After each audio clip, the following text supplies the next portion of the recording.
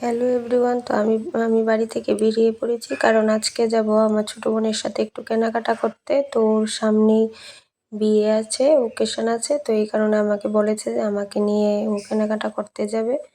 তো গতকালকেও গিয়েছিল, তো আজও যাবে, তো এই কারণে বেরিয়ে পড়েছি রেডি হয়ে আমি। আর আমার শাশুড়ি মা আমার কাছে শাখার মাপ দিয়ে দিয়েছে, যেহেতু আমার শাশুড়ি মা অসুস্থ, তো বেরিয়ে শাখা আনতে পারবে না, তো সেই কারণে আমার কাছে মাপটা দিয়ে দিয়েছে।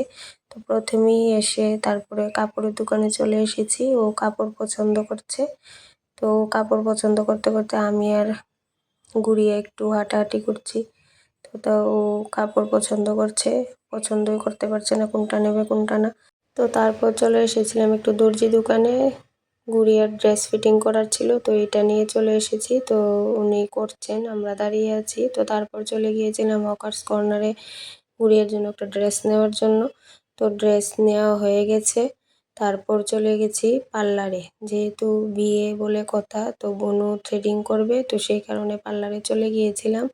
বিয়ে যেহেতু সাজতে তো হবেই, তো পার্লারে ও থ্রেডিং করছে আর আমরা বসে আছি। তো এরপর পার্লার থেকে বেরিয়ে চলে গেছি পাঞ্জাবির দোকানে, কারণ বোন ওর বরের জন্য একটা পাঞ্জাবি নিয়েছে বিয়ের মধ্যে পরার জন্য।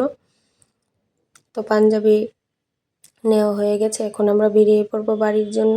তো শাখার দোকানে গিয়েছিলাম, তো ওই ক্লিপটা নেওয়া হয়নি, তো দেখাতেও পারিনি। তো এখন আমরা বাড়িতে চলে যাব। তো আমরা বেরিয়ে পড়েছি রাস্তায়, একটু সামনে গিয়ে তারপর রিক্সায় উঠবো। তো বাড়ি থেকে যেহেতু খাওয়া দাওয়া করে বের হয়েছিলাম, তো সেই কারণে আর অন্য কিছু খাইনি। আর দুপুর যেহেতু রৌদ্র আছে, গরম লাগছে, তো এই কারণে ঠান্ডা একটা ফ্রুটি কিনে নিয়েছি আমরা তিনজনের জন্য, তিনটা। তো ফ্রুটি খেতে খেতে আমরা সামনে এগিয়ে চলে যাচ্ছি। তো সামনে এগোনোর পর কিছুটা তারপর আমরা রিক্সা নিয়ে বাড়িতে চলে যাব। তো আজকের ভিডিওটা কীরকম লেগেছে অবশ্যই কমেন্টে বলবে। ভালো লাগলে লাইক কমেন্ট শেয়ার করবে। টাটা।